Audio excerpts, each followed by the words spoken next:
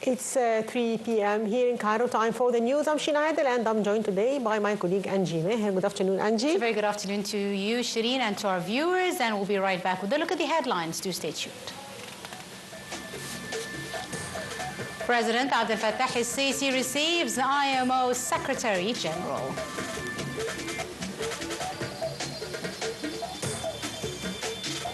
United Nations says 958 trucks enter Gaza on second day of ceasefire.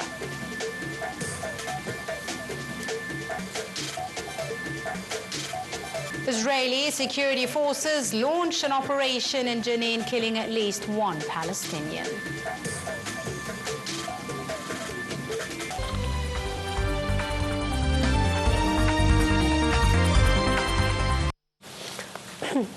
Welcome back. The details in full. President Abdel-Fattah al-Sisi stressed the importance of the International Maritime Organization's role as an international party that has grouped regional and international parties as well as effective parties in the field of maritime shipping.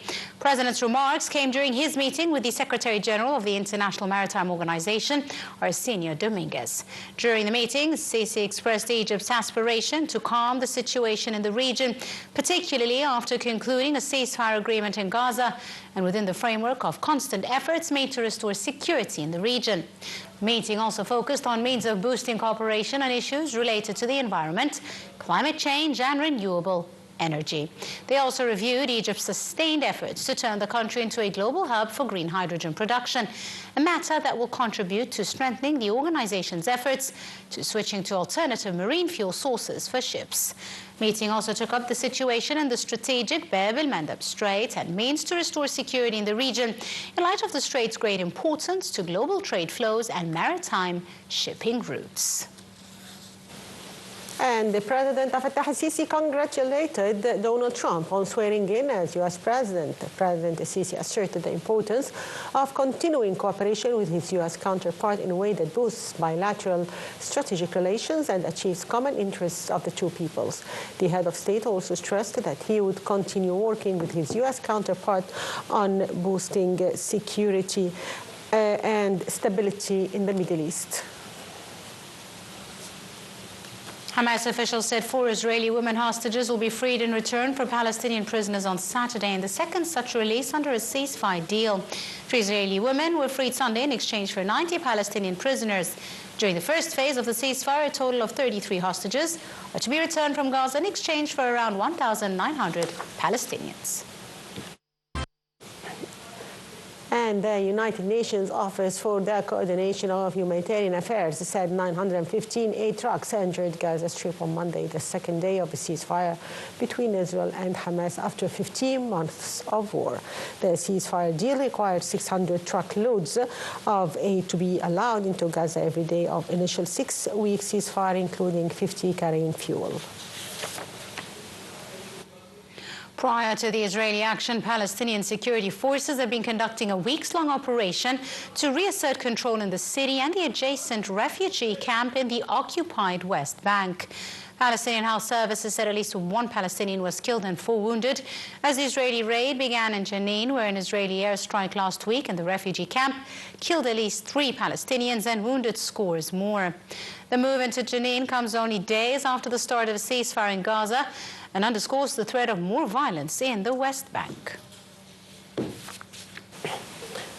And the Palestinian Authority said on Tuesday that U.S. President Donald Trump's lifting of sanctions on Israeli settlers in the occupied West Bank would incite violence against Palestinians. The Palestinian Ministry of Foreign Affairs said in a statement that lifting sanctions on extremist settlers encourages them to commit more crimes against our people, and pointed that recent attacks by Israeli settlers throughout the West Bank had left 21 injured. Minister of Foreign Affairs, Immigration and Expatriate Affairs, Badr Abdelati, met on Tuesday with the head of the International Trade Committee in the European Parliament. During the meeting, the Foreign Minister reviewed the latest developments with the European Union, pointing out to the success of the Egyptian-European Investment Conference hosted by Egypt last June and the 4th round of the Egyptian-European Dialogue on Immigration. Abdelati also praised the European financial support provided to Egypt through the disbursement of the first tranche worth €1 billion from the soft loans component of the European financial package, and looking forward to approving the second tranche worth €4 billion.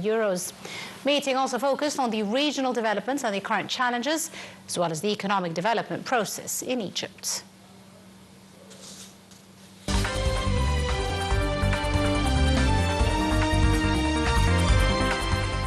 And the EU chief Ursula von der Leyen declared Tuesday that Europe was ready to negotiate with US President Donald Trump. But the bloc will also seek to improve ties with China and other nations as global competition heats up.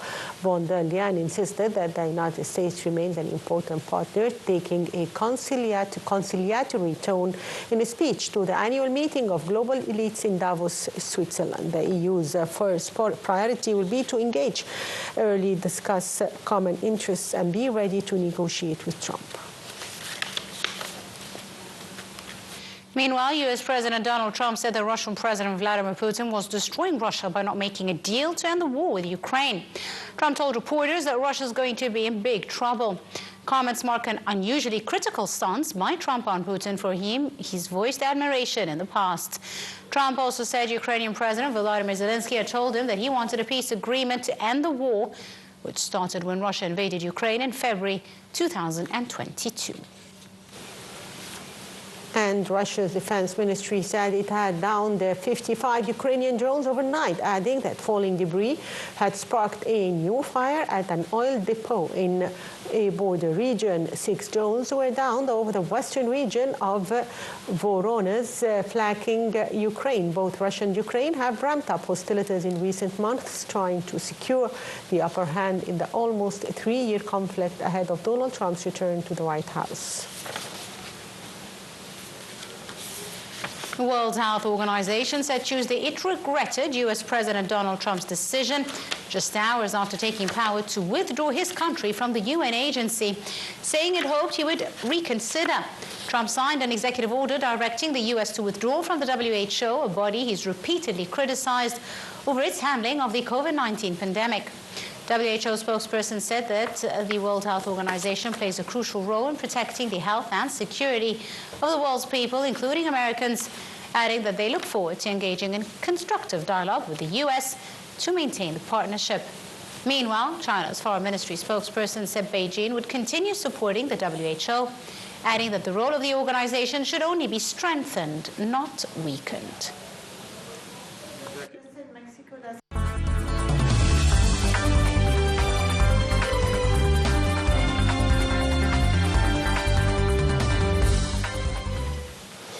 And on behalf of President Fattah el-Sisi, Prime Minister Mustafa Madbouli participates in the World Economic Forum in Davos 2025 in Switzerland. Prime Minister Madbouli met with CEO of a company, Henrik Braun, where he asserted that the Egyptian government is taking all measures to boost the private sector. For his part, Braun highlighted the company's aim to develop its infrastructure in Egypt. The company chose Egypt to be its main electronic center to boost its investment on the regional level. Throughout his participation, Prime Minister Madbouli also met with financial manager of Spain's mega company working in the field of green hydrogen, where he asserted the Egyptian government keenness to support renewable energy sector. The Prime Minister also confirmed that the state attaches great importance to energy sector during his meeting with the executive manager of a Belgium company on the sidelines of his participation in the World Economic Forum in Davos 2025. Financial markets swayed and wobbled at the beginning of Donald Trump's second U.S. presidency after he made a softer start on China than many had anticipated, but then signaled punitive tariffs on North American neighbors within hours.